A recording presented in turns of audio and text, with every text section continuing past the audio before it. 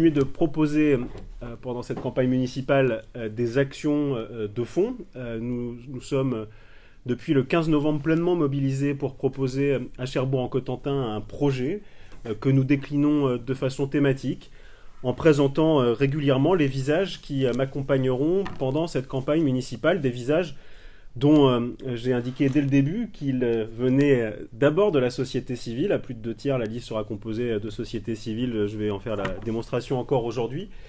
Et puis, dans le cadre de cette campagne de fond, campagne de terrain également, éloignée de toute agitation et de toute polémique, ce que nous souhaitons aujourd'hui, dans cette période de Noël, qui est une période réjouissante, mais c'est aussi une période où parfois la solitude est ressentie de façon plus cruelle, plus difficile, que la souffrance est éprouvée, qu'on sait également que dans notre pays, plus de 4,5 millions de Français de plus de 60 ans ressentent la solitude.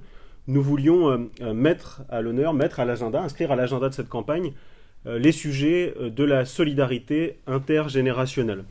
Je vais développer donc des propositions très concrètes. Je vais le faire aux côtés de Sandrine Tarin, qui sera notre chef de file à Équeurdreville-Hainneville. Et je suis très heureux qu'elle puisse porter les valeurs de l'avenir en tête à Équeurdreville-Hainneville. Sandrine se présentera tout à l'heure, elle a 39 ans. Elle est art-thérapeute et elle est animatrice dans un EHPAD d'Équeurdreville bien connu puisqu'il s'agit de la Goélette. Elle parlera de son parcours tout à l'heure. Et j'ai trouvé qu'il y avait un sens dans cette période, encore une fois, de fête, de parler à la fois d'intergénérationnel, de mettre à l'honneur un profil issu de la société civile, un visage nouveau dans l'action publique. Et moi, je suis très heureux de mener cette campagne avec elle et je lui céderai la parole tout à l'heure. Je présente également Hugues Lemoine, qui est le président régional de l'outil en main Normandie, avec qui nous travaillons depuis quelques années. Je vais faire une proposition dans quelques instants pour implanter l'association de l'outil en main dans le territoire du Cotentin. On va partager plusieurs souvenirs ensemble, les Olympiades des métiers, le Grenelle de l'apprentissage pour relancer l'apprentissage dans notre région, et aujourd'hui la façon dont l'orientation doit être revue à l'échelle régionale également. Et c'est vraiment avec beaucoup de plaisir que je vous accueille aujourd'hui. Vous êtes à Caen, président régional, et pour parler de cette implantation que je souhaite inscrire à l'agenda de cette campagne. Voilà pour l'introduction. Je voudrais maintenant préciser nos propositions. D'abord, il y en aura 4 grandes séries de propositions que je vais faire autour de la transmission intergénérationnelle. Tout d'abord, la transmission des savoir-faire et des savoir-être également, dont on sait à quel point ils sont importants pour les entreprises, pour l'insertion professionnelle. Je parlerai ensuite de la cohabitation intergénérationnelle et la façon de la développer et de la promouvoir sur notre territoire. Le mieux vivre à Cherbourg-en-Cotentin dans un troisième temps, avec une proposition innovante d'un pass senior que nous souhaitons mettre en place dans la ville. Et enfin, je terminerai par la vitalité de notre tissu associatif et de nouvelles initiatives que nous souhaitons promouvoir pour que le lien intergénérationnel se densifie dans notre ville avec cette idée forte, c'est que Cherbourg-en-Cotentin soit une ville innovante en matière de solidarité intergénérationnelle, qu'elle soit citée en exemple et que nous accélérions un certain nombre de choses. Le premier point donc sur la transmission intergénérationnelle, nous avons la chance dans notre pays d'avoir une belle association qui s'appelle l'outil en main. Hugues Lemoine tout à l'heure précisera la philosophie de cette association. Moi je veux tout de suite vous dire que cette association, qui n'est pas implantée aujourd'hui sur notre territoire, elle répond à une double problématique. D'abord, elle répond à la problématique de la reconnaissance sociale d'un actif qui est devenu retraité. Tout actif deviendra retraité, tout jeune deviendra senior, et c'est aussi cela l'intergénérationnel.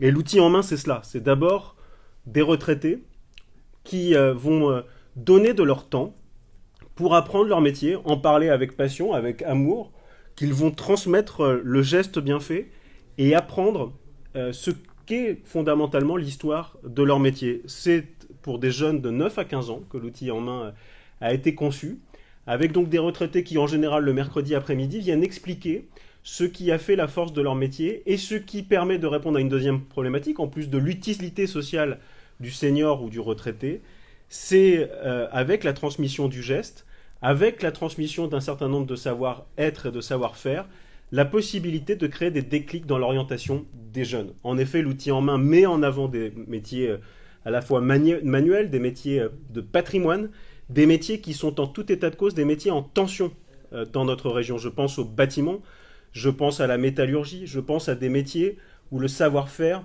est particulièrement important. C'est une très belle association, je le dis, à un moment où, à l'échelle de la région, nous prenons la compétence orientation, et je souhaite que les intercommunalités prennent en main les questions de l'orientation. L'orientation, elle sera essentielle dans le prochain mandat. L'orientation des jeunes, l'orientation des demandeurs d'emploi, des étudiants. Mais il y a une chose qui est certaine, c'est que l'orientation, elle se prépare le plus tôt possible. Elle se prépare dans l'immersion professionnelle. L'outil en main, c'est de l'immersion professionnelle précoce, quelque part. Plus on sensibilise rapidement sur un métier, plus on donne de l'attrait, plus on donne du goût aux jeunes pour ce métier, avec la transmission du geste. L'orientation, c'est aussi la dédramatisation, pour les parents également. Et puis, ce sont des expériences territorialisées, comme je le souhaite, avec l'outil en main. C'est une proposition forte, donc qui est faite ici, implanter cette association innovante, s'adresser à la fois à des retraités qui veulent donner un peu de leur temps pour expliquer leur métier, et s'adresser à des jeunes qui, de 9 à 15 ans, sont en construction et à qui il est important de parler de tous ces métiers ou de ces anciens métiers, métiers patrimoniaux et des métiers qui sont parfaitement d'actualité et même en tension dans leur parcours et dans leur cursus. La deuxième série de propositions, Hugues tout à l'heure prendra la parole sur l'outil en main, la deuxième série de propositions que je souhaitais faire autour de la cohabitation intergénérationnelle. Je crois profondément à la cohabitation intergénérationnelle comme le lieu de rapprochement et de rapprochement du lien, du rapprochement des générations. Et pour cela, nous allons proposer deux initiatives fortes. La première dans le privé, la deuxième dans le public. Dans le privé, nous allons construire une vraie initiative autour de l'idée d'un toit à partager. Qu'est-ce qu'un toit à partager? Si le cadre législatif le permet, nous voulons l'accélérer dans la ville en faisant même la promotion à l'échelle du CCAS. Nous nous adresserons à tout jeune de 18 à 30 ans. Ça peut être un étudiant, et on sait la difficulté de trouver un logement étudiant à des coûts qui soient raisonnables. Et nous nous adressons en même temps à des retraités, à des seniors qui sont isolés et qui ont de la place dans leur maison pour accueillir un jeune, qu'il soit étudiant, qu'il soit jeune travailleur, qu'il ait besoin d'avoir à un moment dans sa vie le passage, la possibilité de s'implanter dans une ville. Cette cohabitation intergénérationnelle solidaire, elle répond aux personnes âgées et le sentiment d'isolement dont je parlais tout à l'heure. Je propose donc que la mairie puisse labelliser tout senior qui souhaitera rentrer dans cette dynamique intergénérationnelle, labellisant la qualité évidemment de l'hébergement, que le jeune de 18 à 30 ans qui vient s'installer puisse signer une charte, puisqu'en contrepartie d'un loyer très bas, il proposera des services qui peuvent être par exemple pour lutter contre l'isolement numérique, d'apprendre à traiter, apprendre à une personne âgée à se servir d'un ordinateur, un retraité à se servir d'internet. Et il s'agit également de le promouvoir à l'échelle d'un site internet que la ville pourra mettre en place pour mettre en relation l'offre et la demande. Donc dans le privé, nous avons cette solution qui est pour nous une solution extrêmement forte et qui participe du renforcement du lien intergénérationnel.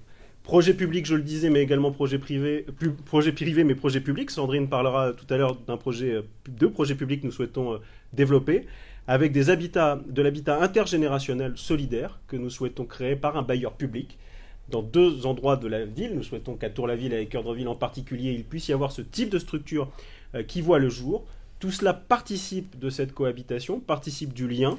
Nous allons également, de ce point de vue-là, mettre en place, nous le ferons évidemment si l'avenir en tête remporte ces élections, nous mettrons en place une plateforme numérique qui permettra de mettre en relation jeunes et seniors autour de services possibles qu'ils pourront partager. Je pense au soutien scolaire, je pense au partage d'un repas, je pense au numérique dont je parlais tout à l'heure.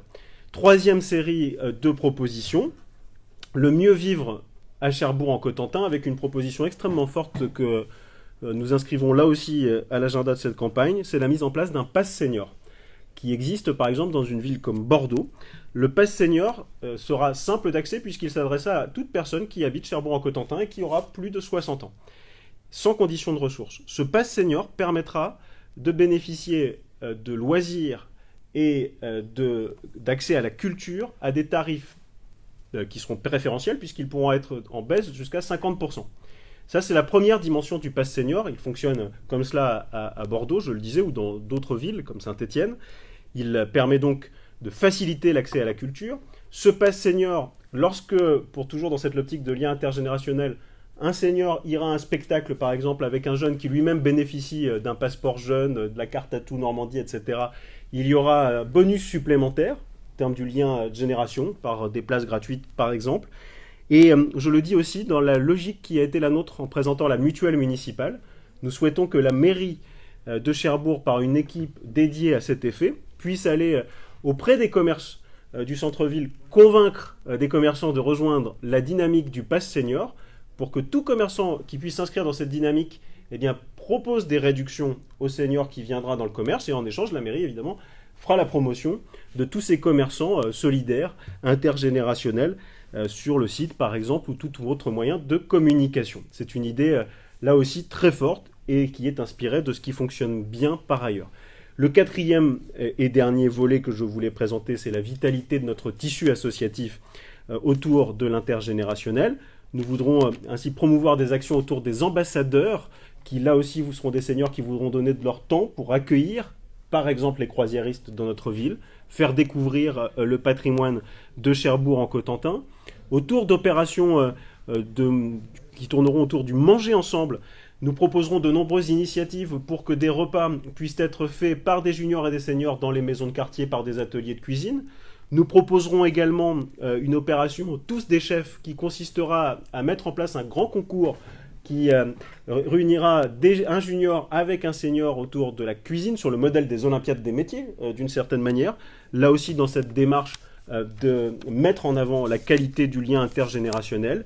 Et parce que nous serons une ville innovante en la matière, parce que nous allons la labelliser, de nombreuses associations qui mettront en avant ce lien, nous rejoindrons le réseau francophone des villes amies des aînés, qui est un label qui a été mis en place par l'Organisation mondiale de la santé en 2010, ce qui nous permettra là aussi d'être exemplaires en la matière. Donc vous le voyez, et je passe la parole à Sandrine, des propositions comme nous le faisons depuis le début de cette campagne, qui sont concrètes, qui sont de fond, qui sont dans cette période de Noël en résonance avec des sujets familiaux qui nous mobilisent.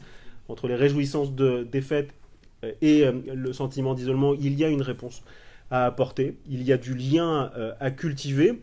Le temps des fêtes arrive et le temps évidemment de la campagne reprendra plus tard, mais c'était un message fort moi que je voulais adresser aux familles. Et puis ce message fort, il a aussi d'une certaine manière maintenant dans cette campagne un visage, c'est le visage de Sandrine Tarin, qui encore une fois incarne parfaitement cette société civile dont je souhaite qu'elle soit à l'honneur pendant cette campagne. Et je te laisse, Sandrine, la parole pour te présenter et développer quelques propositions. Merci beaucoup, David. Donc, je suis Sandrine Tarin, j'ai 39 ans. J'ai fait des études à Paris en art. J'ai suivi les cours d'enseignement à l'université de formation des maîtres, donc à l'UFM, pour être enseignante. Et je me suis plus orientée vers une formation d'art-thérapeute. Donc c'est un accompagnement psychologique à médiation artistique. Je vis depuis 11 ans donc à Équerdreville et j'y travaille à la maison de retraite donc de la Goélette, où j'ai pu développer des activités sur le thème de l'intergénérationnalité. Et parmi ces dispositifs, on a pu constater que la transmission entre la personne âgée, ses savoirs et la pédagogie aussi de l'apprentissage de l'enfant pouvait se réunir donc, et tendre vers des objectifs communs. Donc cette première idée de développer l'habitat intergénérationnel, notamment dans le parc public, c'est de bâtir ou de réinvestir les lieux déjà existants afin d'orienter les jeunes, les familles, par exemple les familles monoparentales et les personnes âgées en situation d'isolement, dans un habitat solidaire avec des échanges de services et de permettre à chacun de pouvoir accompagner l'autre et rendre service à l'autre. Par exemple, une maman qui aurait besoin de soutien scolaire pour son enfant et en sortant du travail pourrait être sûr que son enfant est accompagné par une personne âgée, isolée, qui va pouvoir échanger ce service-là contre peut-être des courses en échange de cette maman qui rentre du travail, etc. Donc on pourra de toute façon, grâce aussi à la plateforme numérique, avoir cette bourse d'échange de services qui est essentielle pour rompre l'isolement et puis avoir cet effet un petit peu d'échange, de de troc, sans forcément de monnayabilité, qui promouvoit la solidarité entre les générations et redonne aussi toute la dimension sociale, la place de la personne âgée ou vieillissante dans la société qui est la nôtre, et c'est fondamental, c'est le lien social qui permet de ralentir les effets du vieillissement. Donc de la même façon, par rapport aux repas partagés dans les écoles, dans les maisons de retraite, dans les maisons de quartier ou les foyers logements, ou même pour les personnes qui sont bénéficiaires avec le CCAS d'accompagnement, les enfants et les personnes âgées pourront, avec des potagers partagés, produire des légumes ou des fruits de saison. Les enfants d'apprendre aussi ce qu'est un légume de saison et comment il pousse. Parce que j'ai quand même confronté aussi à cette notion-là d'enfants qui ne connaissaient pas les légumes oubliés, et les personnes âgées de leur raconter des petites histoires et des anecdotes aussi par rapport à cette alimentation et comment bien se nourrir dans une société aussi où on est confronté à l'industrialisation de l'agroalimentaire, où on se nourrit vite et parfois mal. Donc le lien intergénérationnel dans le sens de bien se nourrir, c'est aussi apprendre à cuisiner avec l'aide aussi de chefs cuisiniers qui pourront nous orienter vers des recettes de cuisine et valoriser cet échange. Faire que les personnes âgées ou les personnes isolées puissent se rendre dans les maisons de quartier ou dans les écoles, et pas seulement les enfants dans les maisons de retraite. Cet échange-là aussi est important. Et valoriser aussi le lien autour du repas. Parce que le moment du repas est un temps très important pour favoriser les échanges, ou parfois quand les personnes sont isolées chez elles n'ont personne avec qui parler, et les enfants de la même manière ont toujours beaucoup de choses à raconter. Donc le lien social, la transmission du lien entre les générations, elle passe principalement par l'alimentation dans ce projet que nous développons aujourd'hui. Très bien, merci beaucoup Sandrine. Donc vous avez compris qu'elle vivait et qu'elle travaillait à la fois aussi avec Cœur de Roselle, et qu'elle connaît très bien le sujet. Je vous laisse pour conclure, Hugues Lemoine, président régional de l'outil-en-main, le soin de nous présenter cette belle association. Tout à fait. Association dont la personne qui a imaginé ce concept date de l'année 1987, date à laquelle dans le Nord et la région de Troyes a été mis en place un premier concept en travaillant avec un certain nombre de personnes très compétentes dans le domaine du travail manuel.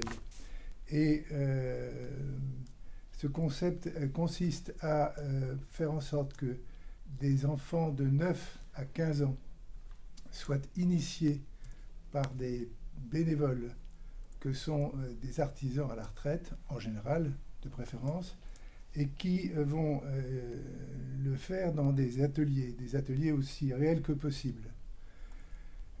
Donc, les enfants vont s'initier de façon tout à fait intelligente pour la raison suivante, c'est que, le grand-père ou la grand-mère, c'est ce type de relation qui s'établit entre les bénévoles et les enfants, va donc apprendre le geste, comme David vient de le signaler, et ce, en venant tous les mercredis pendant l'année scolaire, mercredi ou un autre jour, qui est donc... je m'excuse, j'ai un trou. Ce qui est tout à fait intéressant, c'est qu'il y a dans chaque association plusieurs métiers. C'est donc plusieurs ateliers. Et les enfants, pendant l'année scolaire, vont obligatoirement passer d'un atelier à l'autre en réalisant une petite œuvre. Donc, un enfant, comme par exemple un garçon à qui on dit tu vas faire de la couture, va se rebiffer en disant non, moi je ne veux pas faire de couture. Alors on lui dit tu n'as pas le choix, tu feras de la couture. Et au bout du compte, on s'aperçoit qu'il est très content d'avoir appris à faire de la couture. Voilà pour exemple. Ceci permet d'avoir des jeunes qui se découvrent des talents de travail manuel qu'ils ignoraient parfaitement. La vision que Marie-Pascale Ragnaud, la créatrice de ce concept, avait mis en place, c'était que tout enfant puisse avoir accès à un atelier de l'outil en main. Alors nous en sommes encore un peu loin, dans la mesure où 25 ans après, nous avons 200 associations en France, dans 59 départements, et la Manche, grâce à l'équipe de mon voisin de droite, a développé une première association dans la Manche, à Périers, qui va ouvrir ses portes après les travaux d'aménagement nécessaires au premier semestre prochain. Aujourd'hui, en France, l'outil en main, c'est 3200 enfants, c'est 5000 bénévoles. Hein, on a un ratio supérieur de 1 enfant à bénévole. Et c'est 200 associations. Pour revenir à la région, c'est 13 associations en Normandie, et une association dans la Manche, comme je viens de vous l'indiquer. Voilà. Merci beaucoup Hugues, donc merci à tous, les deux d'ailleurs. On a aujourd'hui, avant les fêtes, 2 chefs de file déjà qui ont été désignés après Edith Saget. Après avoir introduit cette campagne autour du sport et des associations, de la démocratie locale, puis avoir abordé le sujet majeur de la santé, nous terminons cette première phase avec le lien intergénérationnel et je m'en réjouis. Merci à tous les deux.